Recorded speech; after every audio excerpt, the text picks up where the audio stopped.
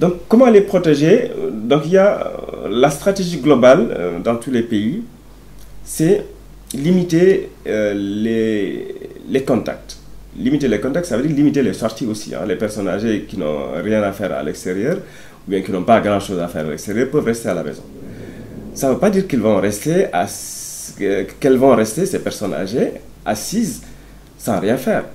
Si dans la maison, il y a un petit espace, ces personnes âgées peuvent se mobiliser dans cet espace-là pour quand même entretenir en fait, une certaine activité physique, mobiliser les articulations, entretenir la masse musculaire, pour ne pas aussi, après ce confinement, entre guillemets, perdre son autonomie.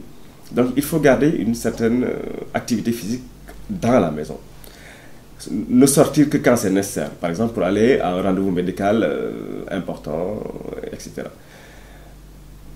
Et donc, limiter les contacts aussi, ça veut dire que les personnes qui sortent et qui habitent avec la personne âgée, parce que chez nous, quand même, les personnes âgées vivent en famille.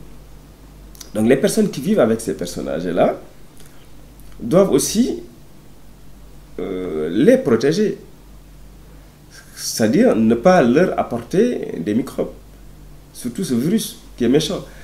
Donc ces personnes-là doivent se laver les mains, porter des masques et se laver vraiment régulièrement les mains et garder une certaine distance aussi tant que c'est possible. Les personnes âgées aussi doivent bien sûr porter les masques même dans la maison, même si elles ne sortent pas. C'est préférable. Et comme autre manière aussi de les protéger, l'alimentation, donc c'est toujours important parce qu'on ne peut pas parler de système immunitaire sans parler d'une alimentation équilibrée. On ne peut pas parler aussi des facteurs de risque de nutrition sans aussi dire qu'il faut faire attention à ces régimes restrictifs autoprescrits ou prescrits par des gens qui sont dans la maison ou prescrits par des médecins qui ne connaissent pas très bien les personnes âgées. Donc il faut vraiment être prudent sur les régimes et tout faire pour que les personnes âgées ne soient pas dénutries parce que dénutrition, quand même, la dénutrition est l'un des principaux l'un des principaux facteurs de risque de baisse de l'immunité de la personne âgée. Parce que quand il y a une fente musculaire, quand il n'y a pas suffisamment de protéines, on ne peut pas fabriquer suffisamment d'anticorps aussi. C'est des protéines aussi, les anticorps, c'est des acides aminés. Donc, il faut tout faire pour bien les nourrir. Ça, c'est même en temps normal, quelle que soit la situation, il faut insister sur ça pour favoriser un bon système immunitaire. Même si avec le vieillissement, il y a toujours quand même un certain ralentissement aux réponses, etc. Il faut aussi, bien sûr, traiter les pathologies chroniques. Traiter et tout faire pour que ces pathologies chroniques-là soient bien stables.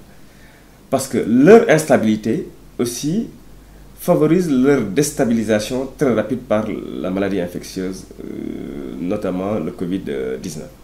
Donc il faut tout faire pour que la pathologie chronique ou les pathologies chroniques qui sont sur ce terrain-là soient stables, soient bien traitées et bien suivies.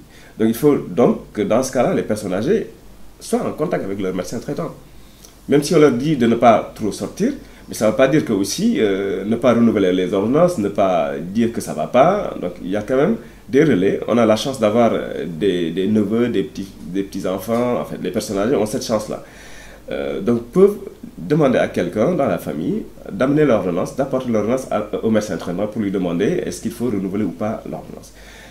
Si la consultation est vraiment nécessaire, il faut aussi que la personne âgée aille à sa consultation de façon bien sécurisée. Et comme ça, le médecin va réévaluer l'état de santé et puis faire des ajustements thérapeutiques s'il le faut. Donc en gros, ce sont ces conseils-là qu'on peut donner aux personnes âgées sur la symptomatologie qui est atypique chez la personne âgée, sur la baisse de l'immunité, sur les comorbidités, c'est-à-dire plusieurs maladies qui sont sur ce même terrain-là, et sur les précautions supplémentaires à prendre, notamment liées à cette fragilité-là et à cette vulnérabilité en cas d'atteinte du coronavirus. Ces personnes âgées sont beaucoup plus fragiles, ces personnes âgées ont plus de mal à s'en sortir par rapport aux jeunes.